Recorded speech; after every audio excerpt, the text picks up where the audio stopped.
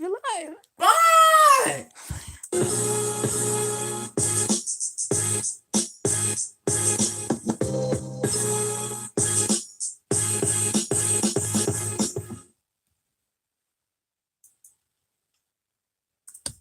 Amy and I are happy to share with you that I'm running to serve you as the next president of the United States of America. This is a defining moment of truth for this country and for every single one of us. The challenges that we face right now, the interconnected crises in our economy, our democracy, and our climate have never been greater, and they will either consume us or they will afford us the greatest opportunity to unleash the genius of the United States of America. In other words, this moment of peril produces perhaps the greatest moment of promise for this country and for everyone inside of it. We can begin by fixing our democracy and ensuring that our government works for everyone and not just for corporations. We can invest in the dignity of those who work and those who seek to work. We can ensure that every single American can see a doctor and be well enough to live to their full potential. And all of us, wherever you live, can acknowledge that if immigration is a problem, it's the best possible problem for this country to have. And we should ensure that there are lawful paths to work, to be with family, and to flee persecution. We can listen to and lift up rural America. We can work on real justice reform and confront the hard truths of slavery and segregation and suppression in these United States of America. We can reassert our global leadership and end these decades-long wars and be there for every woman and man who is served in them. And perhaps most importantly of all, because our very existence depends on it, we can unleash the ingenuity and creativity of millions of Americans who want to ensure that we squarely confront the challenge of climate change before it's too late. This is going to be a positive campaign that seeks to bring out the very best from every single one of us, that seeks to unite a very divided country. We saw the power of this in Texas, where people allowed no difference, however great or however small, to stand between them and divide us, whether it was religion or gender or income or geography. We put our labels and our differences aside to come together for the only thing that matters: the future of this country and the generations that will follow us. Over the coming days, I'm going to travel this country and listen to those who I seek to serve, to understand from your perspective how we can best meet these challenges. On March 30th, I will be back here in El Paso, Texas, and I invite you to join us in a kickoff for this campaign. But even if you cannot be here on March 30th, I still want your help organizing where you live, bringing in friends and family and neighbors to the greatest grassroots campaign this country has ever seen. There's a lot more to come, but I want to leave you with this. The only way for us to live up to the promise of America is to give it our all and to give it for all of us. We are truly now, more than ever, the last great hope of Earth. At this moment of maximum peril and maximum potential, let's show ourselves and those who will succeed us in this great country just who we are and what we can do. Thank you.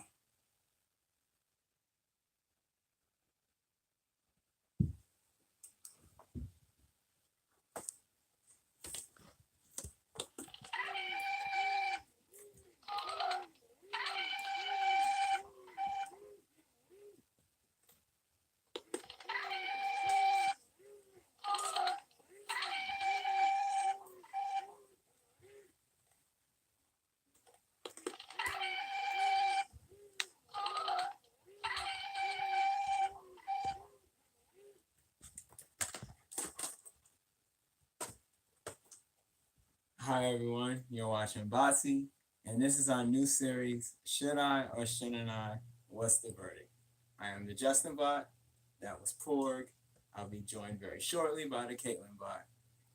In this series, we discuss various issues from entertainment to politics, where we present the information operating from a perspective of nothing is either good or objectively bad.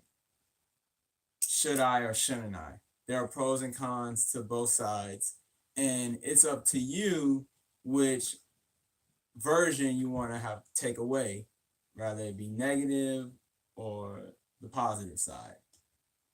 So today's episode will be about the latest candidate to enter the 2020 presidential election, Beto O'Rourke.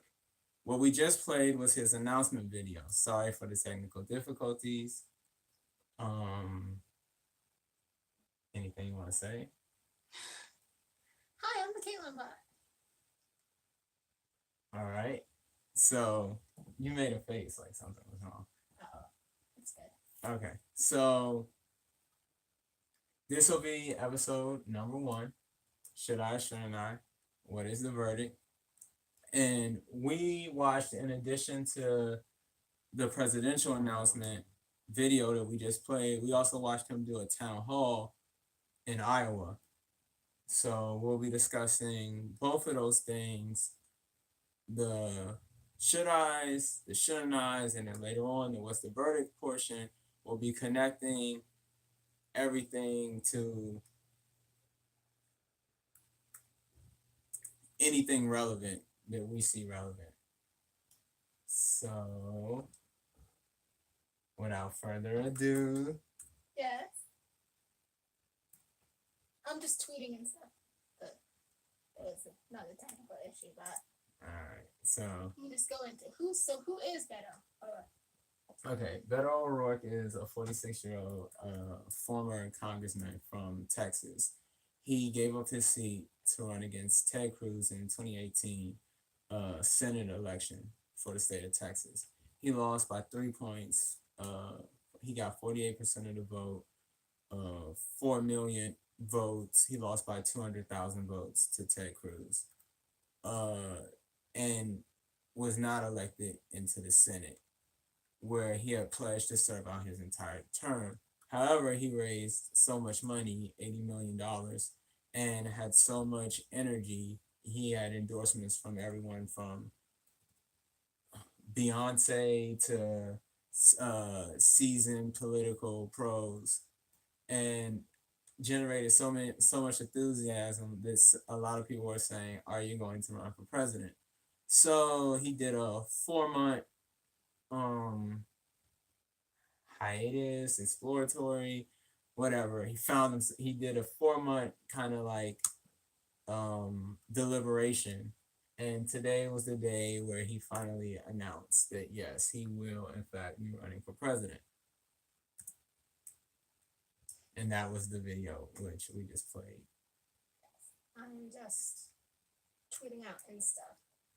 As you thought there would be those issue with the premiere thing. Well, okay. But you're long story short, the idea of the show is to try to not be we're very much against a lot of the forced negativity that's out there, and everything has to be presented from this sarcastic, cynical, very negative aspect. But we're also not trying to say that like the world is all sunshine and roses.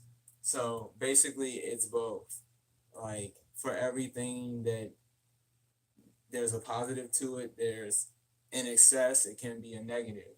And in everything that's a negative, there's also a silver lining. Is it dramatic? Oh no, it's good. Okay. Yeah. So, I mean, even whatever bad news she's shaking her head to, I'm sure there's some upside to it. We'll probably think of it later. So, in any event, we'll be presenting it as should I, which is basically like the pros, and then shouldn't I, which is the cons. And sometimes we'll go in order, like should I, then shouldn't I, or sometimes something can be, we'll just say like, okay, like here's the pros and here's the cons. And either way, at the end, we'll tie it into what is the verdict, which is where we discuss it kind of do like a big wrap up and also talk about other related things. So for example, we did a Captain Marvel video, but we spent a lot of time in the Captain Marvel video comparing it to things like Wonder Woman or the Black Panther. So if that was a should I or shouldn't I, that would come in at the what's the verdict aspect. Because it's not specifically just about that thing anymore. So, Yes. What questions do you have for him? what do you think what should I stood out to you about his entering the 2020 presidential election? Oh, yeah, there is something that I want to say before we do get into that. You're right. We actually have the chat right here on our laptop, so we can see, so you guys can comment, and we'll be able to see your comments. And yeah, so I just want to let you know that you can comment and ask questions and stuff, and we will be able to see and answer your questions, and you can add your own input, maybe some should or shouldn't I's that we didn't even think of. So okay, just making sure it was public and everybody could see it, and it's all hunky dory. And now it's been put on most social media sites. Okay, so what should I stuck out? Yes. So for me, what stuck out was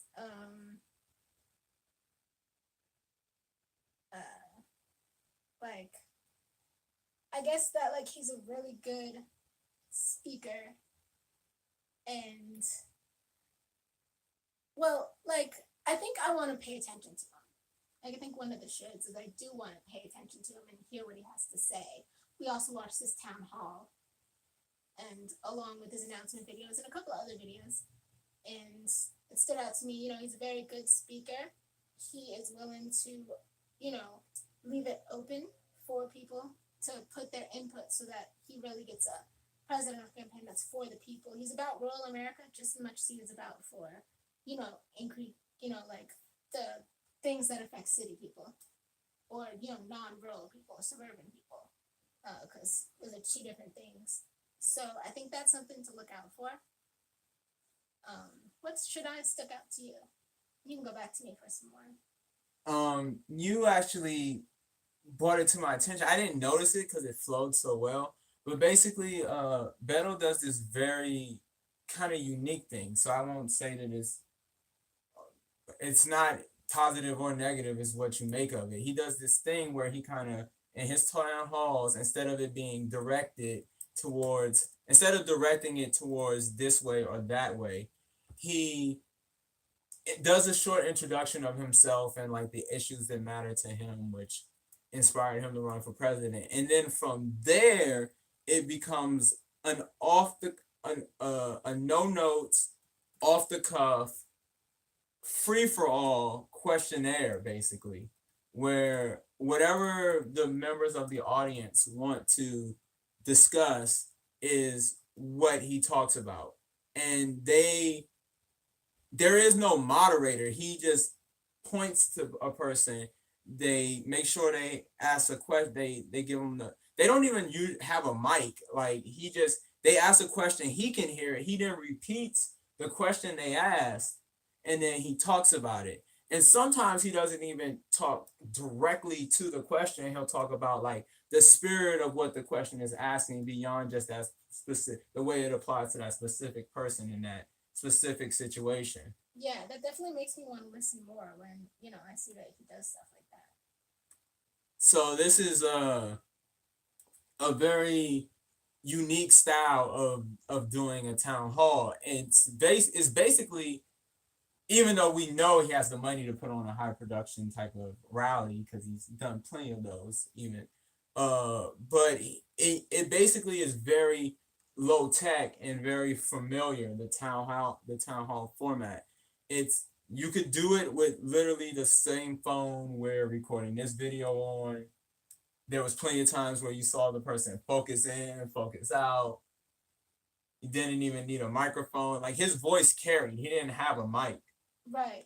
Yeah, it was very off the cuff, very audience directed, which is unique because you can pretty much do that just in a coffee house like he did. Was he standing on a table or a I feel chair? like he was standing on a table. I think he was standing on a chair or a table, and he like ordered a coffee and then they brought it to him. Like it had a very casual atmosphere to it, Yes.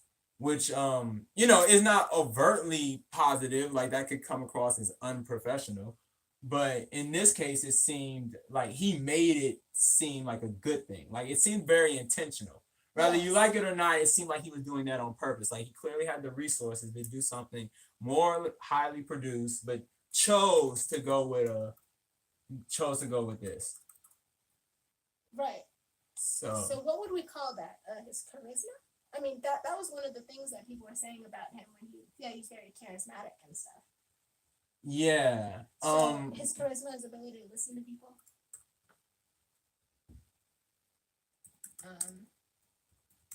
Lack of whatever word for like lack of formality. Lack of formality. So I mean, informal, right? Yeah, informal ability to campaign in an informal setting. All right.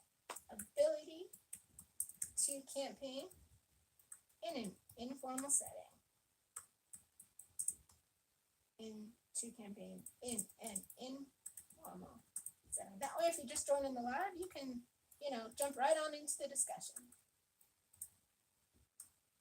So there's one thing. Yeah, I really did like that he did that and was able to do that. Can you think of a shouldn't I, as in like predicting a criticism that you think will be lobbed at him for having done it in that format, instead of the more highly produced formats we're used to? The more I'm sorry. Can you think of a shouldn't I criticism that will most likely be lobbed at him for having done it in such an informal setting, as opposed to the formal settings that most candidates went about in their first week or month or so? For me, I think big criticism that would be lobbed against him is that he doesn't really have his platform down packed per se. Like he's really into, he has some big climate things that he's into, but it's both. I think it could be looked at as a pro and a con. That when you do it in such an informal setting, but that also that you don't already have your ideas laid out. You don't already have a descriptive plan. You're willing to have input from people before, as he said in his campaign video on March 30th, when he's going to then I think announce more of his campaign once he's toured around a little bit. So I think that's a which for some people it can be looked at as a pro, but for me I think, or well not for me, but for others it can be looked at as like a con.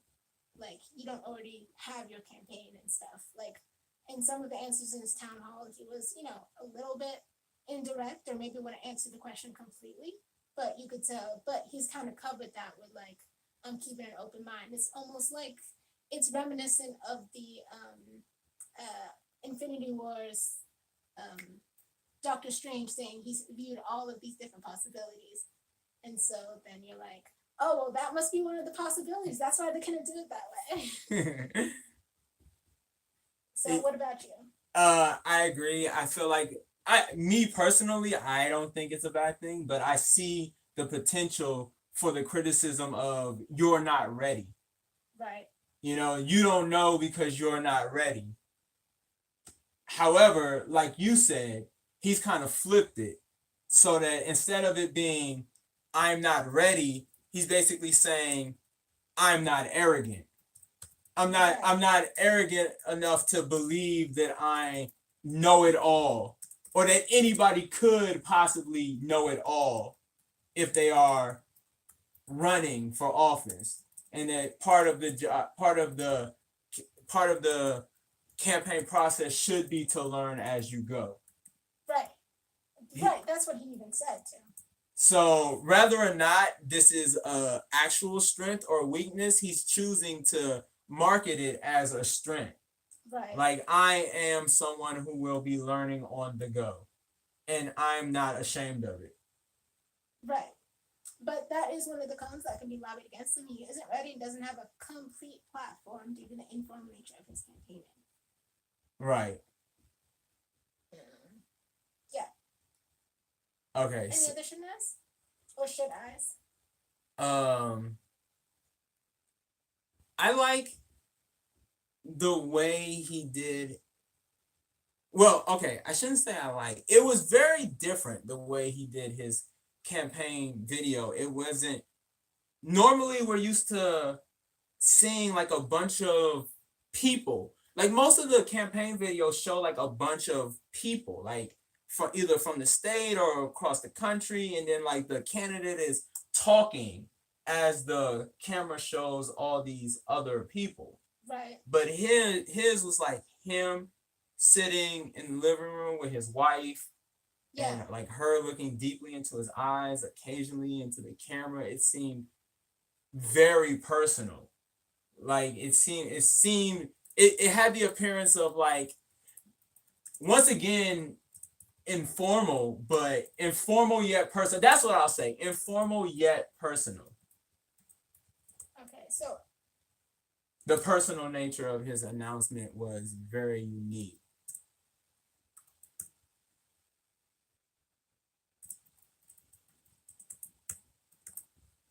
all right.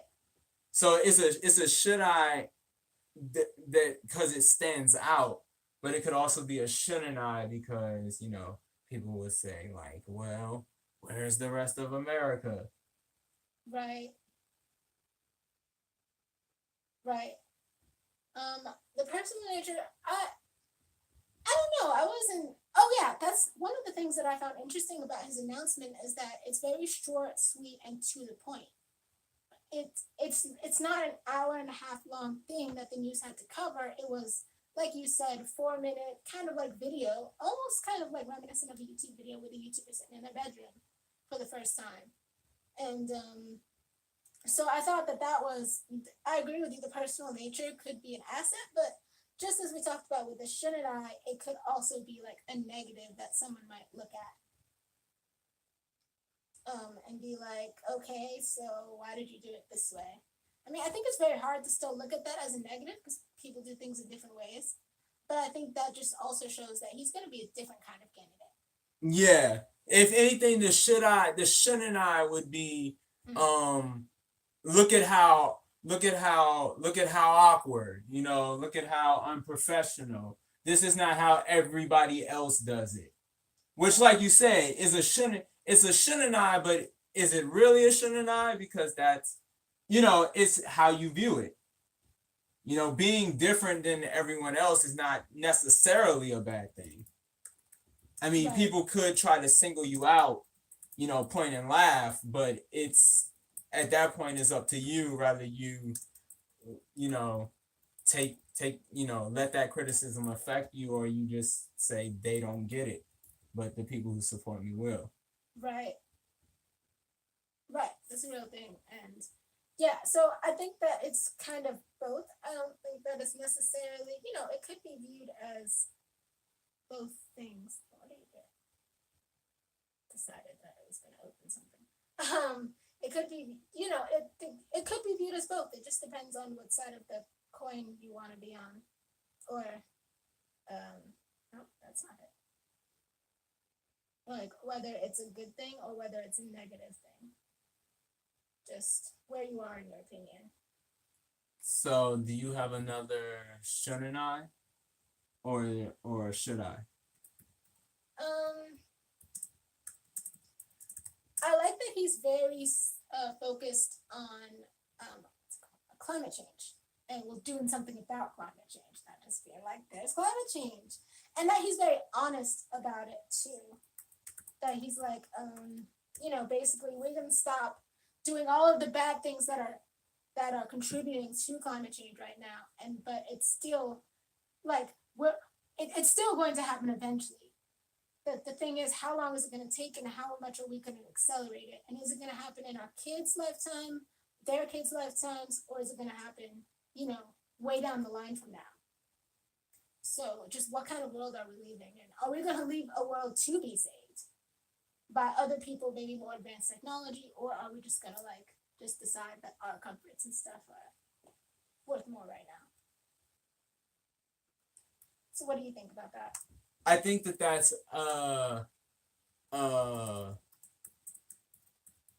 I also feel like that's a should I, because that's basically the answer to his question of, well, why did you get in the race with, if they ask, if they could try to trick him into going negative by saying like, why did you get into the race? Is it because, someone else is not meeting, and, basically be like, try to trick candidates into going negative and being like, I have something to offer no one else has to offer, or basically admit that they have unbridled ambition and couldn't help themselves. And it's like his answer to that, which makes a lot of sense, because this is such a high priority for him, is look, within the next 12 years, he's citing the study of by 2030, that if we don't reduce carbon emissions to net neutral, that basically we will enter a point of no return. What he's saying is that the Hurricane Harveys and the Sandys and all of that, that's here to stay. Like, we've already reached that point, so it will be like that. There is no reversing it so that are no more once in a 100-year storms. Like, we've already reached that point. There's no turning back. Right. That's what Caitlyn was talking about. What he said is the way it is now, it's not going to get any better. All we can do is stop it from getting worse. Right. By reaching net zero before 2030, which then has the side effect of being his answer to that question, why now? Why not wait? Right. Why not wait? Because we have to do this before 2030. Exactly. I'm just zooming the camera in. You can keep going. Which is a perfect answer to it's not my overlaid ambition that I just can't help myself. I had to jump the line. Right. The answer is we have to do this by 2030. Like, the presidential election is 2020. The president gets sworn in 2021. They stay until 2029. Basically, it's the next president or it's not going to happen. Right. It's me or nobody. If not now, then when? Exactly. If not me, then who? It's that classic response to the, well, is this just your ambition? And it's like, no, like, all the scientists are unanimous that by 2030, if we do not reach neutral carbon emissions, then we will enter a point of no return. So therefore, I Beto must enter right now. Right. Otherwise, I won't be. And he had a good answer to that. Also, a good what would you say? Accessory to that answer, which was my son. Like, I'm doing this is like I'm allowing myself to be away from my kids, even though I really want to be with my kids, is because I'm doing this for my kids. Right. So he's basically saying, like, it's not that I just want to be the guy who fixed climate change. It's like, I have to do everything I possibly can, and only the president can do this. So therefore, I have to try and become the president. If I fail, then I fail, but I have to try. Right. Which is a really good answer to that question of, so is it just, have you just wanted to be president since kindergarten? Right. So, do you think there's any cons to his climate change position? The shouldn't I would be that it's so aggressive that there may be some people who don't believe that climate change is real, who he's simply alienating. Like, as soon as they hear him say that, they'll say, well, I don't think that's real, so I can't vote for that guy. Because he's so honest about it and so aggressive with it, that basically he's all the people who agree with him will almost be forced to come to his position, but it has the problem of the people who disagree with him will basically be forced to not come to his position. Yeah, I see what you're saying. Just like, for instance, somebody that doesn't mention immigration is alienating people. Someone that doesn't mention rural America is alienating people. Someone that doesn't mention, the specific issues that are, the most important to somebody is it's alienating to someone. Or if, like you're saying, you're on the this, systematic racism exists. But if you don't believe systematic racism exists, you're never actually going to hear whatever else the person has to say. or you know, radical Islamic terrorism, right? Right. Like if someone says that and you don't believe in that, then they've already lost you. Exactly. And but because they have such an aggressive stance, if someone does believe in that, then you have a huge advantage on winning them to your side versus the other people who they may have been looking at. Exactly. So that's what I would say is a shouldn't I, technically, because Yes. so also I guess I should say should I in general to his authenticity, being willing to be off the cuff, being willing to be honest that hey, I'm not holding back. Some of this stuff I just don't know and would like to learn more about. Right. That same authenticity as a should I that's going to, being a little TMI on social media, like all like those, that's gonna attract a lot of people, a lot of fundraising, a lot of the con, of course, will be people who go, oh, like they'll be like, oh, I don't have to keep an open mind because I know who that guy is and I'm not with it. Whereas someone else, you might be like, I still haven't yet heard enough. When we were watching the 2016 campaign, a lot of the people would say things like, I'm leaning towards this candidate, but I'm still not sure. There were undecideds all the way up to what, like 3 weeks before the election. Right, before, a week before the election. So the primaries were just full of undecideds.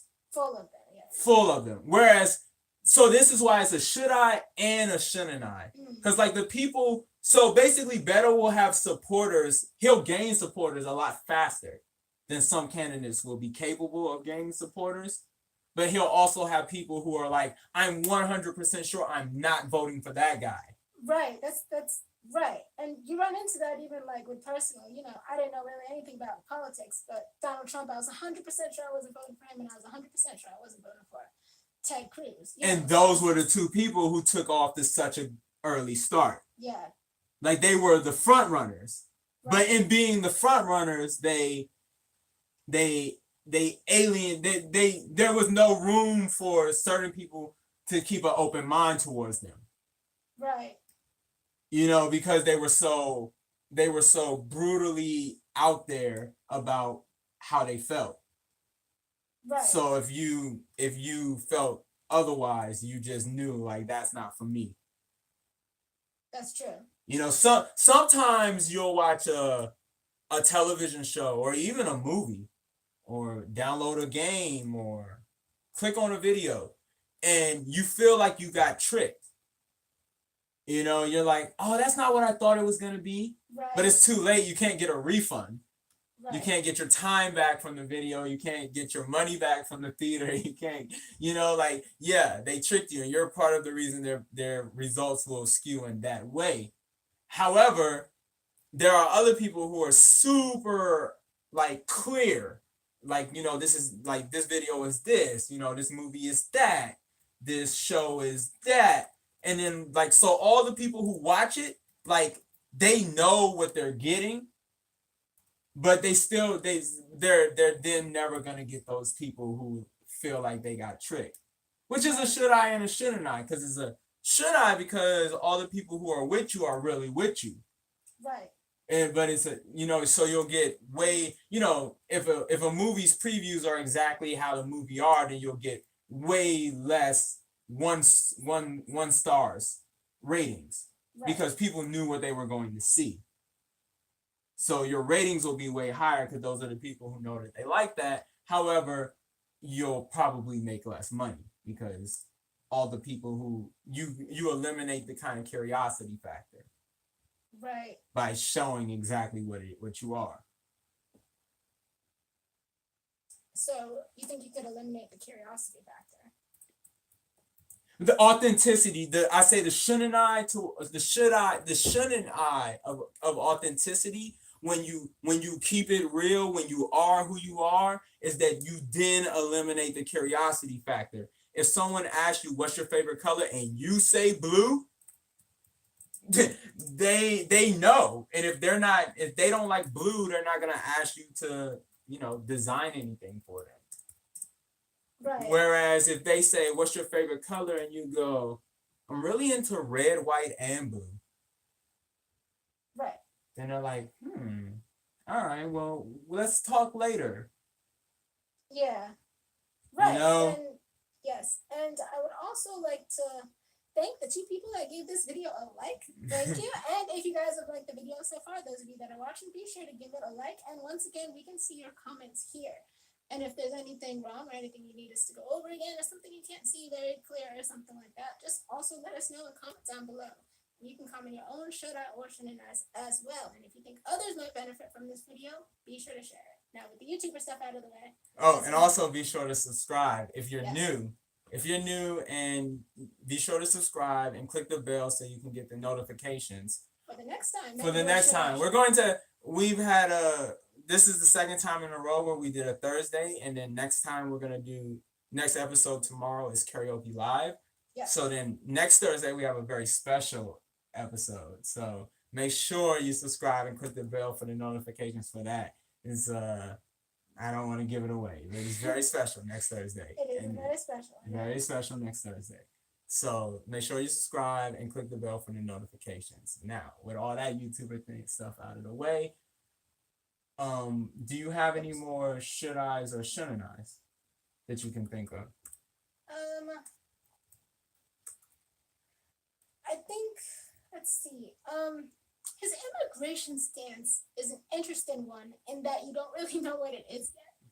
Because he kind of says, like, immigration is the greatest problem that we could have right now. But then he also says that we should do, but then in another interview or in another clip, he's saying that, like, or, you know, another spot, he's saying, like, oh, I'm not, like, oh, all these people are being arrested at the border, which I'm not necessarily saying I don't agree with. And then he continues on his statement. So you're not really sure where he stands on the immigration factor yet.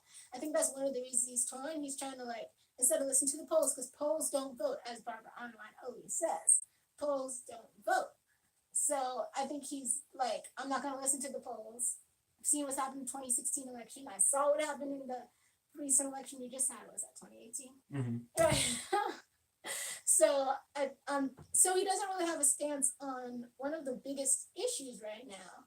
And it's one of the biggest issues because conservatives care about it. And, you know, it's a big issue also with the liberals. So both sides, you know, the Democrats. So both sides actually care about the issue. But I haven't heard anybody actually come, in his defense though, I haven't heard anyone actually come to the platform with a comprehensive immigration reform that makes sense. He talks about, you know, making sure that we have path to citizenship, which is something that we really need. But nobody's come forward with a concrete plan anyway. So I'm not, like, I'm sure that will be used against him. But I don't know if it should be, because where is everybody else's comprehensive plan? In all actuality, the person that has the most comprehensive plan right now is the president. And that's because no one else has come forward with a comprehensive, I didn't say it was a good one or a bad one. I'm just saying that, like, as far as the plan goes, he has one. What would you say? So first of all, want to remind everyone that Beto is from El Paso, which is a border state, and he tends to connect it a lot to. Caitlyn alluded to this, to the climate change issue, and what he says is basically this way. He says if you think people fleeing, you know, certain places to come here is a problem right now. In which he then says, I don't necessarily agree that it is. Okay. He said, but if you feel like 300,000 people trying to enter the United States is bad, if that's your view, which he then says, makes clear I don't necessarily have as my view. But if you think that's bad, then that's only going to get 10 times worse if certain cities and places become unhospitable because of climate change. Yeah. So that's how he presents that. And as far as, so what he's basically saying is that, you know, I'm not saying that, you know, Oreos are nasty, but all I'm saying is that if we don't, you know, fix this issue of not being able to grow, not being able to get plums into the store, then we're going to have to eat Oreos. You know, I'm not saying they're nasty, but I know a lot of you guys think they're nasty. Right. But if we don't grow some plums, then that's all we're gonna have to eat. Yeah. You know, basically, like, look, like people are coming here because of like wars and, you know, lack of opportunity. So once you throw in land being unhospitable, then, you know, all bets are off. Right. You know, but he's cautioning it under the look. I'm not saying people wanting to come to the U.S. Me personally, Beto, I'm not saying people wanting to come to the U.S. is bad. But if you have a problem with it, then ignoring climate change is only going to make it worse. Thanks for the clarification on that. So that's a very distinction. And I caught what you said. That was actually what I would say is a should I or shouldn't I? As I felt the same on immigration, I wasn't 100% sure if he was advocating like amnesty, a path to citizenship. Well, I know he was talking about a path to citizenship as in we have to have clear rules for, you know, how you become a citizen. But what I would say was kind of like unclear. What was unclear to me is if he was more in the John Kasich way of, hey, if you're already here, you should be able to work and pay taxes and not have to worry about getting deported. But you can't be a citizen, you can't vote, you can't. Right. Or if he was saying it as in the no, like there needs to be a way to do everything. Yeah, so his immigration stance isn't clear right now, but once again, he can just be like, that's one of the possibilities for me touring. So right, you know, exactly. I'm trying to hear what you all are saying. Exactly. What do Americans think the solution is? Because he basically framed it as, if you really take him literally, he's framing it as, I, Beto, am not even sure that immigration is a problem. But tell me what your issue is with it. Yeah. And how you think that should be fixed. And instead of online, he wants to go, you know, like one-on-one and stuff and just figure out, like, what are people really saying? What are people's ideas really about this topic? Yeah.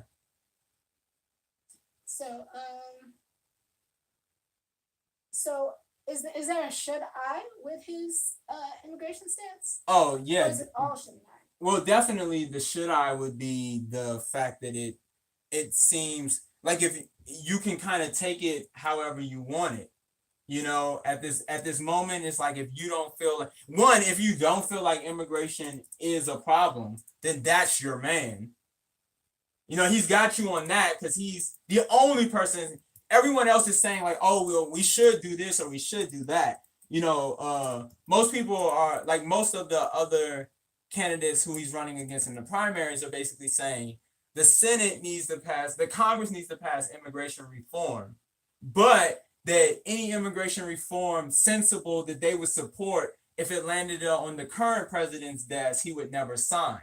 Right. Therefore, there's no point in wasting all our energy in doing something that's just going to get vetoed. We need to be, you know, if you want us to fix that, we need to have a change of administrations. Right.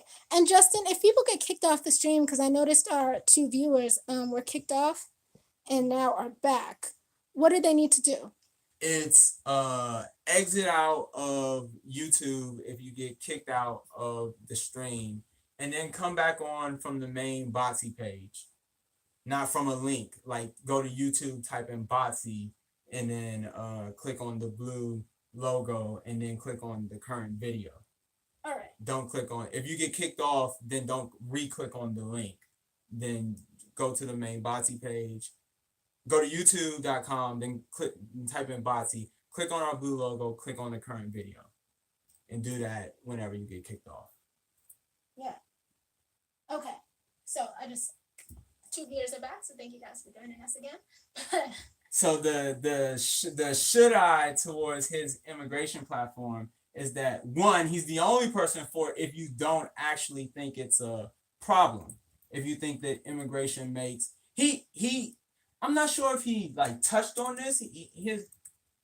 Well, this goes into something deeper I'll get into later, but basically he's like not even sure if immigration is a problem, and he's trying to listen to like other people's concerns Yeah. about it.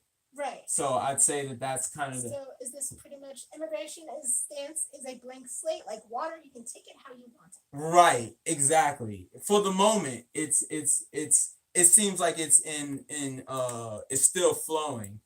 It seems like he's looking to come, like on a lot of issues. It seems like he's like, with the exception of climate change, where he firmly, well, okay, with the exception of climate change, and we'll get into later, healthcare, which he has firmly made up his mind on. Mm. A lot of the other issues, he's kind of like water, and it's like, I have ideas, but I'm not willing to go all in on my ideas. I want to hear what other people have to say. Right. So doesn't really have an immigration stance or concrete stance on most issues. Of course, the should I of that shouldn't I is that the things that he does have a concrete stance on really stick out, Right. like climate change and like universal health care. Right. So a should I on his, well, I say a shouldn't I on his healthcare stance is that, like, he makes no bones about it that it is going to cost a fortune in order to provide universal health care, not just health insurance, but health care, child care, wellness prevention, drug prevention. He gave an example of how in an area in Texas, the largest provider of healthcare is jail, and that people who are like schizophrenic or especially mental health will purposely get locked up so that they can get the medication or the treatment they need. And then that's being paid for, they're being fed and clothed by the taxpayer anyway. So you might as well just do it right, and then not have those people have to come out of jail and check a box that says like, yes, I am a criminal. Right. So and this is a very different theory of the case, because he does kind of talk about distributing. He said evenly distribute the paying for it, which I guess is like a much cooler way of saying tax the rich. But Yeah. I got that. he has another theory of the case that I've never heard before, which is that saying, he's the first politician I've heard to say this. I've heard a lot of philosophers or self-help artists, novelists say this, but he basically, one of his theories of the case is that however much it would cost to spend to make someone healthy, you will get that money back and then some if that healthy person is then allowed to live up to their potential. Right. So he's basically saying bet on people. Yeah, I thought that was really good. Yeah, that was very unique. I've never heard the argument that a person's ability to contribute to society will pay for the services they need. Right. I've always heard it as, oh, we can pay for it by taxing this, or getting rid of this program, or not doing this instead. I've never heard like, help save this person because this person could be the next Steve Jobs. Right. Expense is explained by, what would you call that? The healthcare policy expense is explained not only by increasing taxes on the wealthy. He uses the word equity a lot. Instead of equality or something, he uses the word equity a lot. Right. By not only increasing taxes on the wealthy, but also the ability of the person being provided healthcare to contribute to society.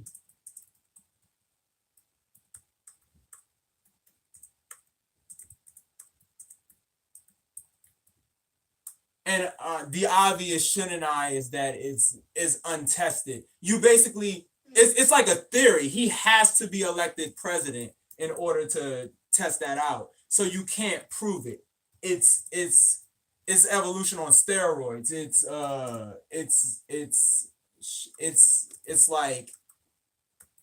like a it's not shooting in the dark, but it's definitely like a blind bet. It's he would the only way you can know if that's true is to do it. There's no way to simulate that. There's no way to like write out a plan where you say, hey, if I make this many people healthy and these many people become authors and actresses and waitresses and doctors and lawyers, that will then pay for the money we use to raise your taxes. Yeah, I thought that was very interesting. But he also didn't answer somebody's question about a UBI, which he said was universal basic income. He's kind of skirted around that with that we need to raise the minimum wage to $15 in 6 years. And if you look at stats though, the average cost of just a regular 2-bedroom apartment across the country, most people couldn't even afford that with the $15 an hour that we're fighting, that progressives at least are fighting so hard for. It would actually be an average of about $21 to actually have people live comfortably, but $15 is just at that, or maybe you're just above the poverty line. You're still going to be living paycheck to paycheck most likely, but maybe you'll only have to work one job to live that paycheck to paycheck, which will in turn free you some more. So I wonder if that stance is going to change a little bit. I think he's also I would say and that's not a fault of him. That's just I would say that that's the shouldn't I of that would be the shouldn't I of it is the also kind of the it doesn't it's not necessary in itself enough is the shouldn't I say of it. Yeah. But the should I is that he's factoring in if you have a world where you don't have to worry about healthcare. Right, if you don't have to worry about healthcare, then that $15 will go a lot farther than it does if you do. If you don't have to worry about childcare, if you don't have to worry about prescriptions and paying out of pocket for co-pays, if you don't have to worry about education, one of his education, the healthcare theory it also applies to his education.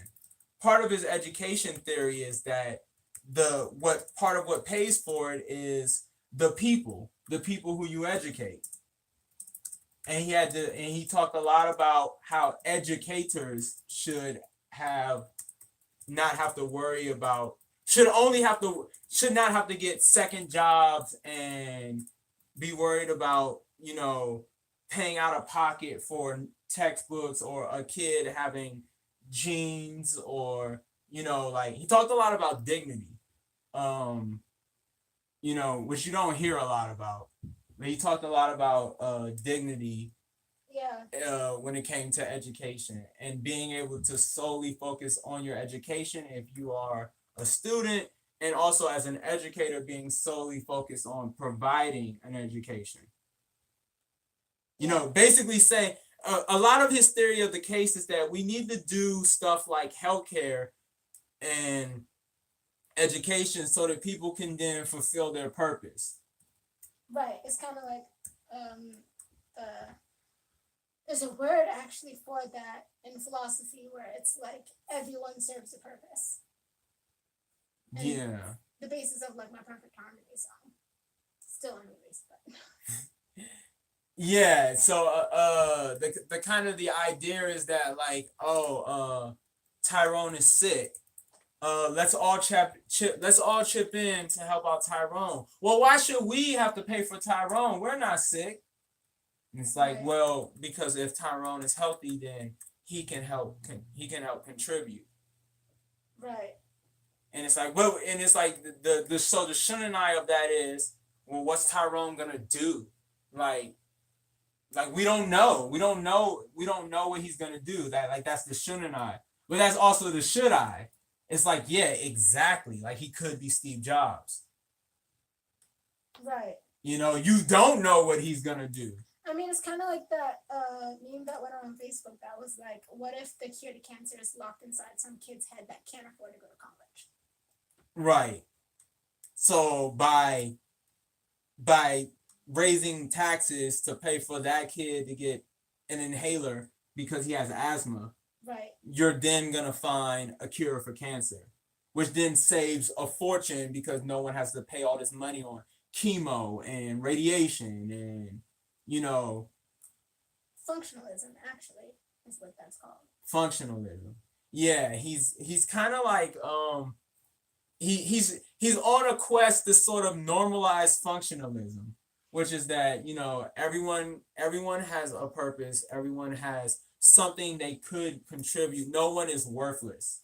Right. And therefore it's always worth it to invest. It's always worth it to invest in a person because that person can always do something that could help you in the future. It's like betting, it's like delayed gratification. Right. So functionalism right here. In the arts, the doctrine that the design of in the social sciences, the theory that all aspects of a society serve a function and are necessary for the survival of that society. Basically, all of his policies kind of fit the functionalist perspective. So like you said, he's on his way to normalize functionalism, but is that a should I or is that a shouldn't I? I mean, I think, you know, it depends on your philosophy, but what would you say? If you are kind of like a very independent spirit, and he even admitted this, that there are two takes. He used the was it the opioid crisis? I think he used the opioid crisis as his example, and he said there are basically two takes to it. One is that, okay, these people that's on them, or, you know, or like storms are like an act of God, and, you know, like that bad things happen. Right. Bad things happen. You can't save everybody. You know, that he was like, yes, I understand that is a perspective. He said, however, there is another view, and this was the view that he was highlighting and taking, that, okay, you could take it as bad things happen, that's not my problem. Or you could take it as, what can I do to prevent bad things from happening? And that in doing that, like, you're making the world a better place by doing your part to attempt to stop bad things from happening. Right. So you could take it as, my responsibility is to provide for my family. Your family is your responsibility. Right. But Beto is taking it as, if they can't provide for their family, and then a member of their family gets sick, and then what happens is when a member of their family infects you with that illness? Right. It's kind of like the whole unvaccinated thing, right? It's herd immunity that is keeping everybody safe, because you don't want to infect the young children, the older people, and those with an immunodeficiency disease. Watching all those anti-vax and vax happen subreddit YouTubers, you learn a lot about it, and that's one of the things I think the generation even below us, Gen Z, is like really into, is this kind of look at functionalism too. So I wonder how he's going to connect though. That's another, I would say that's another shouldn't I, and a should I. Shouldn't I in that that'll be very appealing to younger people. You know, this attempt to normalize functionalism may be very appealing to younger people, but you know what the flip side of that is?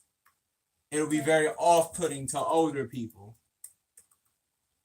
You know, people who are kind of set in their ways. They like their coffee black. You know, like they don't want to do something different. They want their old job to come back. Right. Those kind of people, it's going to be very difficult for him to, I think that's what you were touching on. Like, it's going to be very difficult for him to touch on, to connect with people who are already kind of set in their ways. Right. However, so that's the shouldn't I, like people who are very like rugged individuals who are like who like are like, hey, like I already have all my views and I'm not looking to change them. It's going to be very hard for him to persuade them if they aren't already with him. Right. The should I of that is that younger people or older people who are still kind of keeping an open mind towards life, it's like they're gonna gravitate towards him because they're gonna be like, hey, that's the guy who's still keeping an open mind. Right. No, I agree. So it's a shouldn't I because Right. A lot of his things seem to have that too. Where, but I mean, I think that's the fun. I think in any candidate that you're going to look at, that you need to find the pros and cons in every single one of their policies, because there is some. You know what I mean? Just because you like the one policy, like there's going to be flaws in it. Like for instance, John Kasich's economic plan would have most likely balanced the budget because he did it before when he was working with the president, and because he did it in Ohio. But I learned from my Ohio Facebook fans that were like, why would you support Kasich? Don't you know that he's been terrible for the poor communities? The downside of balancing the budget is the way that he did it, cut a lot of the programs for lower income people. And so that was like a real downside that was seen by at least, those I was in connection with in Ohio. So I think, even like during the primaries, Kasich, Bernie, and Hillary, like those were my people. And maybe Rubio too, at least with his college education plan. But so I think that in anybody, you have to be able to, a lot of their same policies, a lot of the same things. If, they're expensive, if they're inexpensive, what are they cutting? And if they're expensive, what is the trade-off there? And I think that that's the way you kind of have to look at candidates, because as Justin would tell you, you're never going to find someone that's 100% perfect for you in politics. yes, four out of five. If you agree with somebody 4 out of 5 times, that is usually amazing. If you're looking for 9 out of 10 or 10 out of 10, politics isn't for you. Or you need to run yourself. Right. The way if you're looking for someone who you're going to agree with 10 out of 10 times, I'll save you the trouble. They don't exist. You need to run yourself. And I was just checking to see if we have any more comments, but we don't. Okay, so we didn't even have one comment. do you have any should I's or shouldn't I's that you can think of?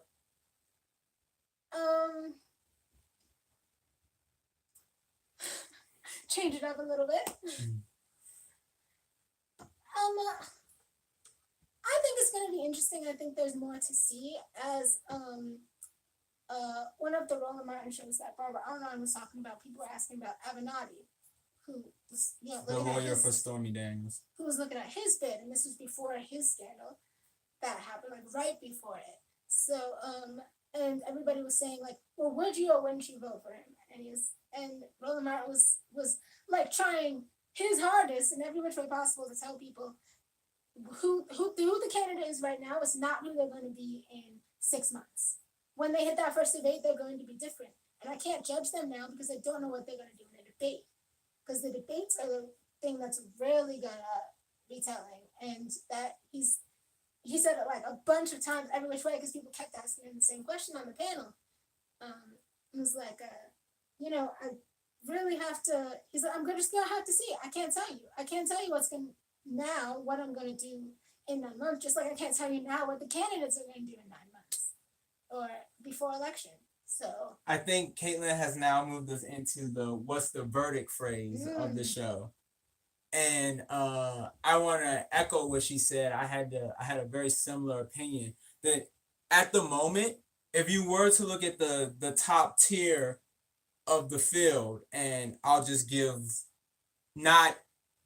gonna say like polling wise, the top 5 would be Bernie Sanders, Kamala Harris, Beto O'Rourke, Elizabeth Warren, and Cory Booker. Polling wise, those are the top 5 candidates. Nothing against the other 9. but polling wise, those are the people who are front runners, and also fundraising wise, those are the people who at the moment are raising enough money to continue their campaign. Right. See, a lot of the reasons why people end up suspending their campaign, especially once the primaries start, is if they don't produce results, then people stop giving. Whether they get money from rich people or from small donations. Like if they don't produce results by the time the primaries come around and the debates are going on, and they're not at a certain level in the polls, then people stop. People in their minds say, I'm not going to keep throwing good money after bad. They stop giving to those candidates. Those candidates then don't have any money to ride that bus or fly that plane, and they then suspend their campaign. Not because they want to. No one would quit. The reason why they give up is because they run out of money. They run out of gas in the tank. Right. So a lot of this is going to be, okay, everybody has charisma. Of those 5 I just named, a lot of those people have that charisma and they got that energy right now. But you have to be able to sustain that for the next, I don't think, when is Iowa? I think it's in 11 months from now. No, is a year, like 13, 14 months from now. So like for over a year, in the next 9, 11 months, like almost a year, you basically have to sustain. Like what Beto did today in the coffee shop, he needs to be able to do for the next 400 plus days. Well, actually 600 plus days. Yeah. You know, so that's the thing. Like, can he keep up that energy? Some people miss their kids, you know, like some people, it's like, yeah, it sounds good. Like, okay, I want to be president to help out my kids, but can you keep it going? Right. You know, there's a lot. And also like, can you keep, then there's the element that's not up to you. It's how well have you constructed your team? So it is up to you, but once you pick the people, then it's no longer up to you because they're the ones sending out the emails. Right. And they're the ones saying, give to Beto or give to Corey or give to Elizabeth, give to Bernie, give to Camilla. Right. So it's like, you know, how do people respond? Do they keep giving? Are you able to sustain your energy? And then is your campaign able to sustain its finances? Right. Yeah. Those are also things to look at. That's another reason that you can't, like you said, just be like, I'm supporting this candidate because your candidate might not be there in the end. So I think that we should go back through all our should I and shouldn't I's and then reach our verdicts. Okay. So, do you want to read the should I's or do you want to read the shouldn't I's? I'll read the shouldn't I's. Okay. So, this is page 1. So, should I's. You're reading the should I's. Well, I guess I should read the should I's since I'm here and you're there. Oh, okay, yeah. I'm sorry, I thought you said should I's. Should I's. Ability to campaign in an informal setting. The personal nature of his announcement was very unique. Different kind of candidate. Climate change position is very bold. Authenticity through the roof. Immigration stance and most stances are still forming and somewhat vague. Strong stance on climate change and strong stance on universal guaranteed health care. There's more. Did you read it? That's the last okay. should I on this Oh, page. okay. All right, shouldn't I's on this page. He isn't, so these are usually direct rebuttals. So he isn't ready and doesn't have a complete platform due to the informal nature of his campaigning. Different than other candidates could be viewed as unprofessional. He could be alienating people who don't agree with his strong climate change position. He could eliminate the curiosity factor because of his authenticity. He doesn't really have an immigration stance or concrete stance on most issues. And we're going to go to the next slide. Okay. Should I? Healthcare policies expense is explained not only by increasing taxes on the wealthy, but also the ability of the person being provided healthcare to contribute to society. 15 $15 stance is standard Dem policy for 2020. However, his raising the minimum wage will be a better benefit if you don't have to worry about healthcare, childcare, etc. Attempt to normalize functionalism will be very intriguing to younger people or more open-minded older people. All right, and shouldn't I's. And next time we should just go back and forth with these because they're kind of like rebuttals. But okay, healthcare education policy will be expensive and is untested. $15 an hour is not enough anymore. Attempt to normalize functionalism will be very off-putting to older people or those set in their ways. And do you have any other? I have another shouldn't I? Oh, okay. I can't believe we forgot to talk about it. His loss to Ted Cruz. Yes. Wow. I know. I cannot believe That's so we crazy. forgot 'Cause I that. researched so much of the stats for that, and then completely got absorbed in the conversation. So should I put them up here, or do you think that we'll have more? Also, shouldn't I? Don't let me forget is no legislative achievements. Oh yes. Okay. Okay. So let me make another list. All right, go on. Okay, so lost to Ted Cruz. Let's give a couple of statistics. I don't have my phone on me, but here's the basics. Beto O'Rourke lost to Ted Cruz by 200. I did say this in the beginning. He lost by 200,000 votes. He lost 51% to 48%. It was 51 point something to 41 point something, 48 point something. And so he lost to Ted Cruz in a very close election that was determined by 200,000 votes. In that election, he was able to raise $80 million. A lot of it from out of state. So, that bodes well for his fundraising prospects in the presidential election. But like Caitlyn said, that has to be a sustained effort. So the reason why we're saying that's a shouldn't I is on the surface, it's like, oh, so in theory, there's a roadmap on how to beat you. It's whatever Ted Cruz did. Right. Like keep pace with your fundraising and, try to, as much as you get out of state appeal, try to have a strong connection to the people who are on your side. And then that can kind of negate his charisma and outreach. So that's the shouldn't I on the surface. Of course, the should I of that is maybe he's learned from whatever didn't work out against Ted Cruz. That's true. And can then use that to be even better this time around. And then, of course, another should I is he was defeated in Texas, which basically means like he lost, but he was playing the game on hard mode. True. Whereas everyone else who recently won an election, they won in like Massachusetts or New Jersey or Vermont or, like basically they weren't fighting as uphill. So basically he came of all the people who are in the presidential race who recently had an election, he's basically had the hardest election.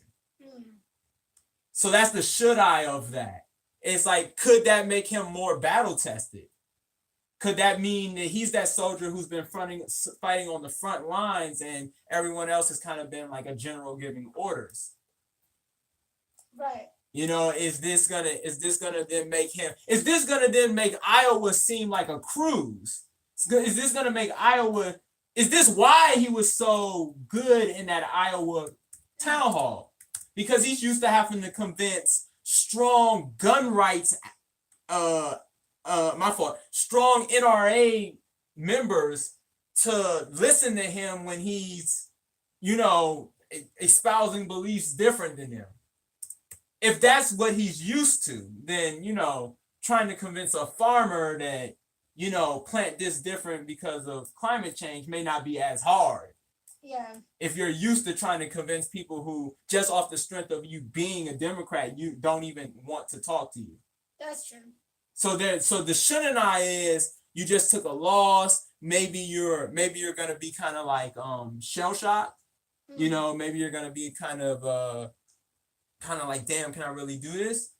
Or the should I of that is, yeah, I took a loss in the hardest place in the country for someone like me to win. The rest of this is gonna be a cakewalk. Right. That's true. But only time will tell. But those are the two opposing sides. Like, Yes, I agree. And you also told me to remind you no major legislative achievements. right. So no major legislative achievements. The shouldn't I of that is no major legislative achievements. How in the world are you going to pass all this big stuff you want to pass? Right. Of course, the should I of that is no major legislative achievements. Therefore, no, nothing to hold him back, nothing to tie to him, nothing to, for example, no blaming him for the crime bill. Right. No, hey Beto, why'd you vote for the crime bill? You're responsible for mass incarceration. Right. Like, so the downside is it's like it's gonna be hard to convince people you can do everything you're saying you're gonna do. The upside of that is there's no one can blame you for the current state of affairs. True. Okay, so even though we just went over it, so read the should I's first, and then I'll read the. So I'll read this should I, then you'll read that. Yeah. Okay. He could have learned why he lost to Ted Cruz. In Texas. And he lost in Texas, but Texas was the hardest mode you could play the game. right. But he lost to Ted Cruz in the most recent election. So that's definitely going to be going against him. No past legislative bills holding you back and causing you blame and being for you to be blamed for. And but he has no major legislative achievements. We should have done it the opposite way. I saw your eyes. Because we discussed it the opposite way. But yes, so now, anything else? And if you think of any other should I or shouldn't I, be sure to comment them down below. Even if the video has ended, we'll still look at the comments. And respond. Yes. Once again, if you are not already subscribed, please subscribe, click the bell. Tomorrow at 9 p.m. on the dot, we will be doing karaoke live, and then next Thursday will be a very special video. Yes. All right, so our verdict. What is the verdict?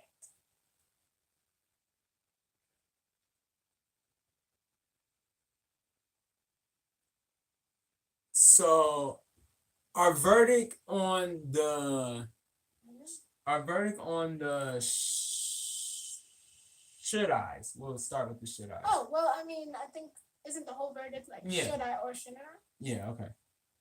Unless you just want to go through them again. No. Go ahead. Oh, well, what do you think? Or, so should we pay attention or give any credence to,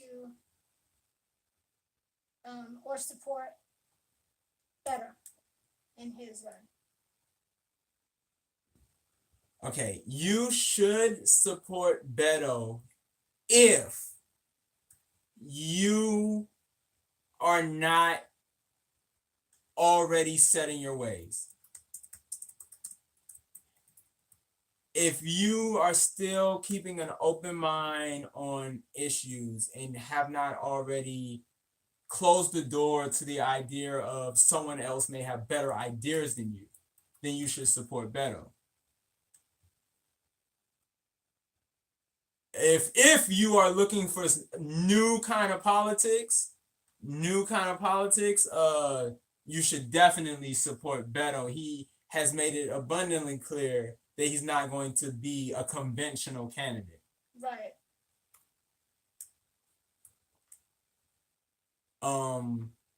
If you if you believe that people have a sort of responsibility to help other people, and that in doing so that helps them, and kind of like a karma type way. But I mean, he's being more. I'm not trying to put it down, but it's like if you believe that like helping people that if you believe that using your energy to help other people will benefit will have a bigger benefit than just using your energy to better yourself, then you should vote for Beto. You should support Beto. You can't vote for anyone right now. He has to make it to Iowa. But he's not going to make it to Iowa without your support.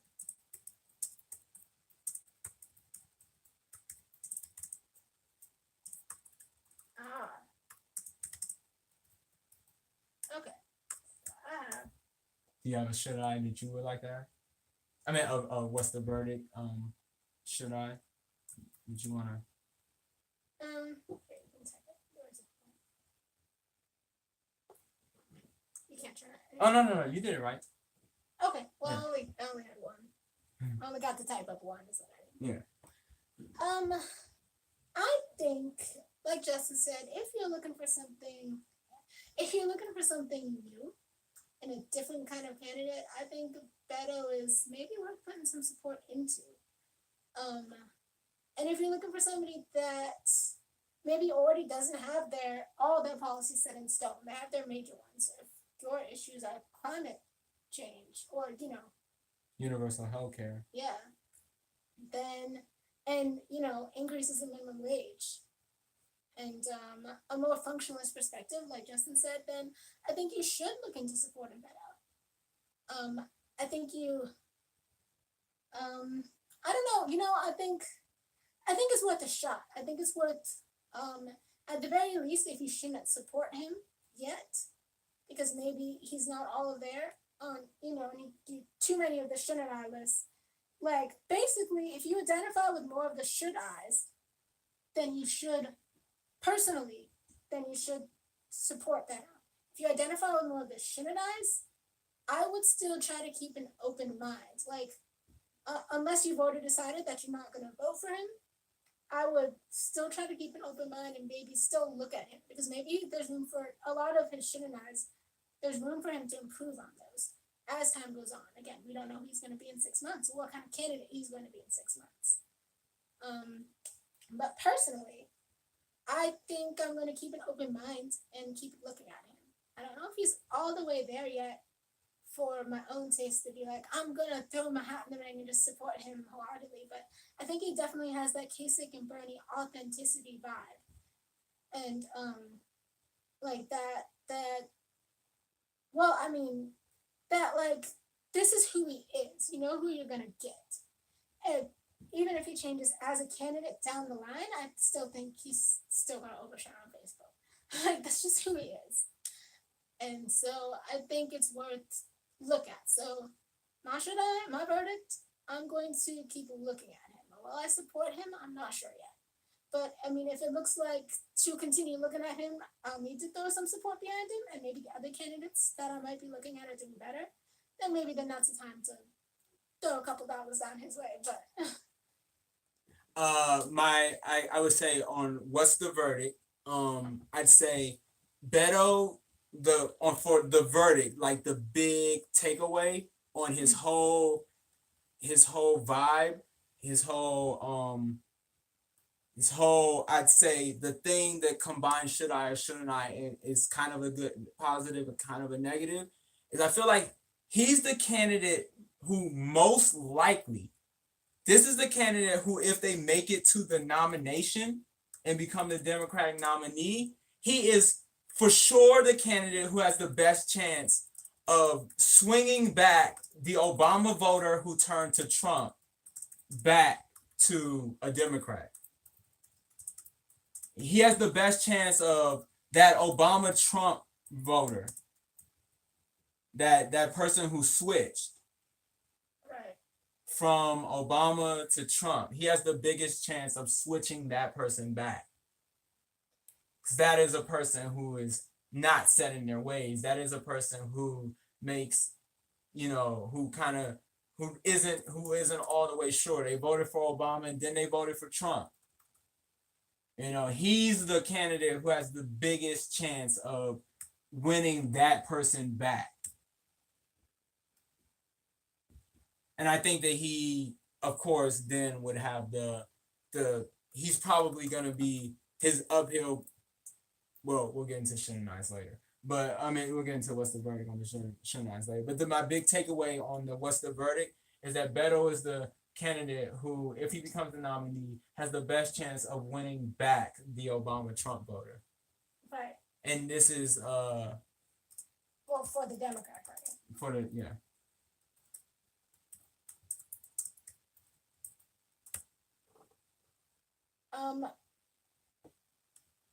Yeah. Do you think he can win against Donald Trump though? Okay, so here's how I answer this question. Hillary Clinton lost to Donald Trump in Texas by 9 points, 43 to 52, which was about a little under 1 million votes. To put that in perspective, so she got like 3.8 million votes, and Donald Trump got like 4.7 million votes, or something to that effect. He got like 900,000 more votes than she did. Okay, now so that's Donald Trump. Donald Trump lost to Ted Cruz in the Texas primary by 500,000 votes. He lost like 27% to 43%. This is the same Ted Cruz who Beto O'Rourke. So Donald Trump loses to Ted Cruz by 15 points in the state of Texas. Beto O'Rourke fights the same Ted Cruz and only loses by 3 points. So let's just then go back to the. How much did Donald Trump lose by? To Ted Cruz? Yep. 15 points. So now let's think of the actual electoral college. Hillary Clinton got 227 electoral votes. Donald Trump got 304. He got 36 votes from the state of Texas, but Texas actually has 38 electoral votes. 2 people are allowed to vote their conscience, and they abstained and did not vote for him. First time in like history that someone who won Texas didn't get all 38 votes. So for example, had all 38 votes from Texas gone to Hillary Clinton instead of Donald Trump, she would have got 265 electoral votes and he would have got 263. She would have had more electoral votes than he did if she won the state of Texas. If the state of Texas is in play, then it's a wrap. It's kind of like how people were saying about Donald Trump running against a Democrat. If the state of Pennsylvania is in play, it's a wrap. You know, when people used to talk like that, like, oh, if Donald Trump can win Pennsylvania, then it's over. And sure enough, he won Pennsylvania and became president.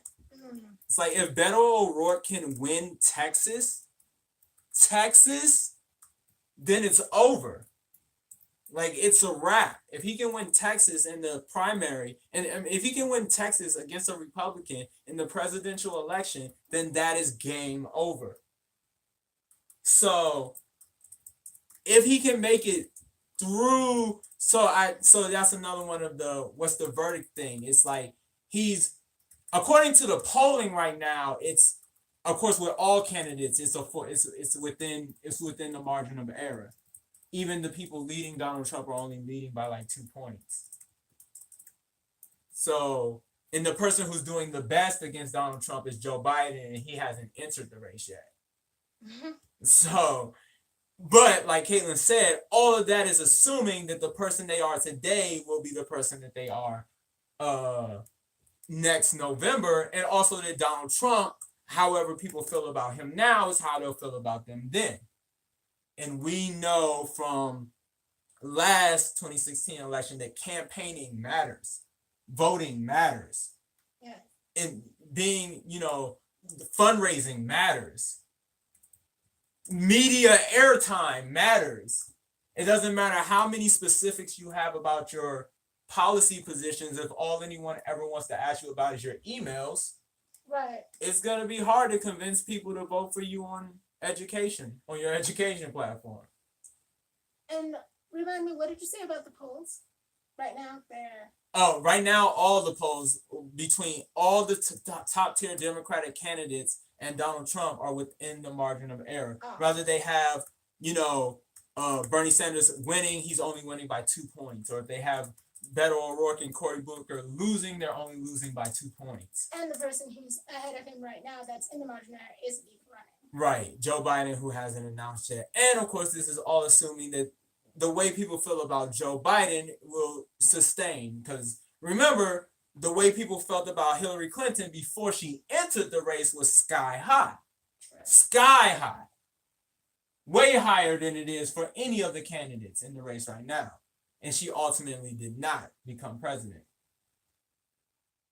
So, I had a thought, so I'm gonna let you do your shouldn't I's while I try to rekindle. I mean, your what's the verdict shouldn't I style while I try to rekindle what that thought was. I mean, my verdict, shouldn't I, is that, like, he's still new and a lot of his policies are untested, and it's kind of like, don't we need, we have somebody right now who came to us with these vague ideas, like I said prior, like, the only person that has a immigration plan right now is Donald Trump. However, his plan is 3 words: build the wall. Nothing about the people coming to try to seek asylum, nothing about the million of people every year that come here illegally, nothing about, all the people that he cut off their visas and stuff with, nothing about the people who have been trying for years to actually obtain citizenship the legal way and can't. Just 3 words: build the wall. However, there's a policy and nobody else seems to have one. So it's kind of then, when you're looking at somebody else coming in, like, you kind of want them to have you kind of want your Hillary Clinton back. You kind of want somebody to have a policy who knows what they're going to do. Now, it's okay to be influenced, I think, by people, but I also think maybe coming in, you should already kind of know what you want to do and how you want to fix the problem. And I guess you don't want to go on the record right now with your policy if you think that it's going to change. At the same time, if you continually say, like, I'm waiting for input from people, but you have something to offer them, I think that there's also a difference there. So just having a plan, I think there just needs to be a plan in place that people can debate on, that people can look at, that people can touch, feel, smell as much as you can, and just be like, okay, well, here's where this is, and here's what's wrong with it, here's where it can be improved, or here's what's right with it. But I think a plan is still necessary. I think America's going to be looking for people with plans. I mean, are we going to look for somebody again that their policies are basically drummed down to 3 words? How do you solve a healthcare problem? Oh, remove state lines. How do you solve immigration? Build the wall. Tax plan wasn't even in his policy, but it's a lot of Trump's policies could probably be summed down to 3 words, which again is still a plan, but maybe we need something more. Maybe we need a little more meat on the bones. You reminded me of what I was thinking of. It's for the what's the verdict. So this is a shouldn't I that then flips, or that he's attempting to flip. So the shouldn't I aspect is he's going to get bombarded with questions from reporters. Give me the specifics. Give me the specifics.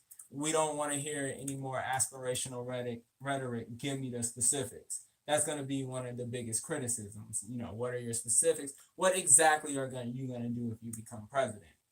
So that's the shouldn't I, is that, like, reporters are not going to be buying into the second coming of, this is the white Obama theory. They're going to be like, what's up? Give us more. Give us some meat on the bones. Okay. However, what's the verdict? Should I? That can be flipped, and maybe in some super strategic way, this is all on purpose. That he saw, maybe this is either A, what he learned from by running against Ted Cruz and losing, or B, what he's learned from watching Hillary Clinton lose. Is that basically, if you're like, I'm going to do this for Texas, or I'm going to do this for America, and I'm going to do this that then people come at you like, well, what about your emails? Or we want to know about your personal life, or Right. and maybe he's flipped it in that in being super vague about the policy, he's and being super vague about the policy and talking more to the spirit of the issue and his feeling towards the spirit of the issue, he's now created all this interest in the specifics of his policy. So if he secretly does know exactly what he's going to do, Yeah. when he says it, everyone will be listening. Like, oh wow, Beto's finally telling us what he's gonna do about immigration. When in reality, he could know exactly what he's gonna do about immigration right now. But just he's like, if I say it now, then they'll move on to the next thing. And it won't matter. True. But if I keep it like, hey guys, I'm just kind of like filling it out, trying to like learn. Right. I'm not even sure if it is a problem. Hmm. You know, then if he then does come out and be like, look, immigration is not a weakness, it makes us stronger. I'm for legalizing. That would be epic and everyone would pay attention and his policy would be the front page news. True. I think he's playing it really safe right now. Yeah. I think he's not going either way. He's gonna talk to the people and try to he's gonna do what Trump did by listening to talk radio for a minute and watching Fox News, but he's gonna do it in person. And by that, he's just gonna find out where people stand and then try to kind of maybe find some middle ground or go with the flow about where people stand. Very safe play, I'd say. But maybe he has to play it safe because he's suing him and because of all the things lobbied against him. And then, of course, there's always the super, strategic version where he may know exactly where he stands on all these issues, but have felt like, hey, saying it against Ted Cruz is then what allowed him to attack me for it. True. Or I watched Hillary say it and then get attacked for it. So instead, I won't say it and I'll build up curiosity about it. It's going to be interesting. Is he just green and naive, or is he very strategic? That's the constant debate about Trump, right? Right. Is he exactly? Is he playing? Is he actually crazy? Is he crazy like a fox? Yeah. You know, is he sly? Is he playing dumb, but so that no one can see him coming? Right. Or does he really just not know where he's going? But then again, with all his similarities, vague similarities to Trump, kind of like the way Bernie was similar to Trump, but not policy-wise, it's kind of, will he be that, like you said, able to sway those Trump-Obama or Obama-Trump voters? What about you? Are you going to support him? What's your verdict? My verdict is I am going to have to wait and see. I'm going to have to see if he can stand the test of time. I do really like his strong stance on healthcare and climate change. I had never thought I would hear, when Bernie Sanders ran, we thought we would never hear a candidate like that. Right. But now that we have Beto, I've never thought I would see a candidate try to normalize functionalism. That's true. The idea that like investing in people pays for itself by that person now being able to contribute to society instead of being a burden on society. Right. That is a very unique concept. And also it very much lines up with kind of like yours and my theory towards why you should care about homeless people. A lot of it is kind of functionalism. It's like, yeah, right now they're not doing anything and there's no guarantee that they will ever be. But if they could, isn't that so much more valuable than them sleeping on the streets and then dying? It's also Napoleon, who's one of, if not your favorite person in history, his kind of view as well. Where it's like, ability is nothing without opportunity, which I love that quote, and I've like made it just my thing. Just ability is really nothing without opportunity, and so that's kind of where Beto is. So again, is it just strategy or is it just naivety? And I think that's why our verdict is, we'll have to wait and see, but he's worth looking at. I got this game up. There we go. Have to wait and see, but he's worth looking at. We both kind of said this is our verdict. Yeah. So, wait and see. Wait and see. Wait and see. He's worth looking at. Later on, not this week, or next week, but after Friday, we will probably do episode 2 of Should I or Shouldn't I, which, unless some huge development comes out, we'll take a deep look into Elizabeth Warren, her proposal to break up big tech. We want to inform ourselves a little more about it beyond kind of like sensationalist news articles that appeared in our Google feed. Right. You know, we want to watch her interviews, we want to watch her actual announcement of the policy. Right. And then we want to go back and relook at her announcement for her presidential bid. I'm just kidding. So tomorrow we'll do karaoke live.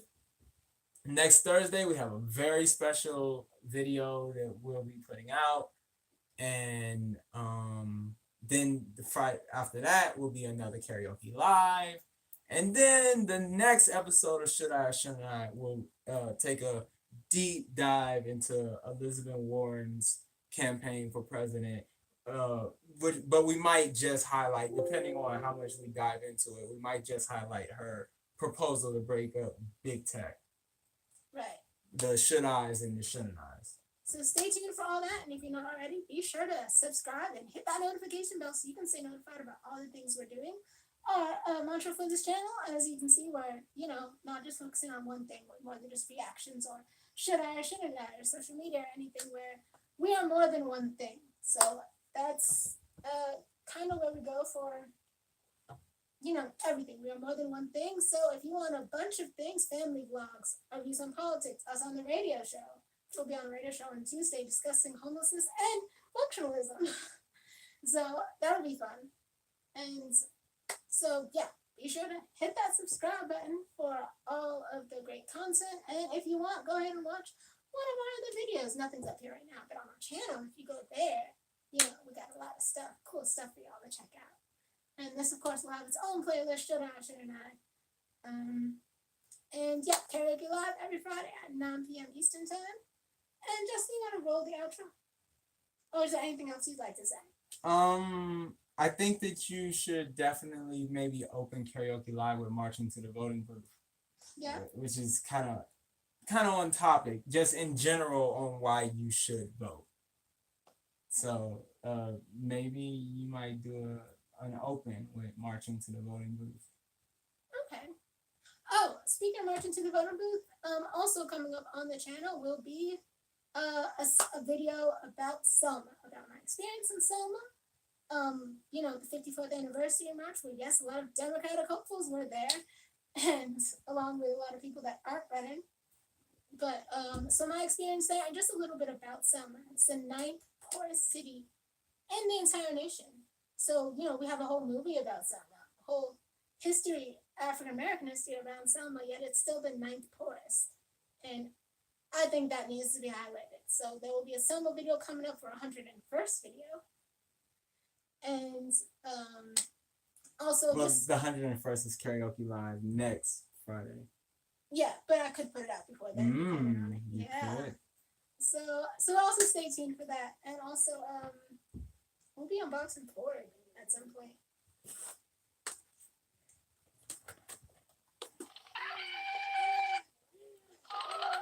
I just so zoomed in. I don't know how it looks to people. All right, and if you want to run the outro. You want me to run the outro? All right.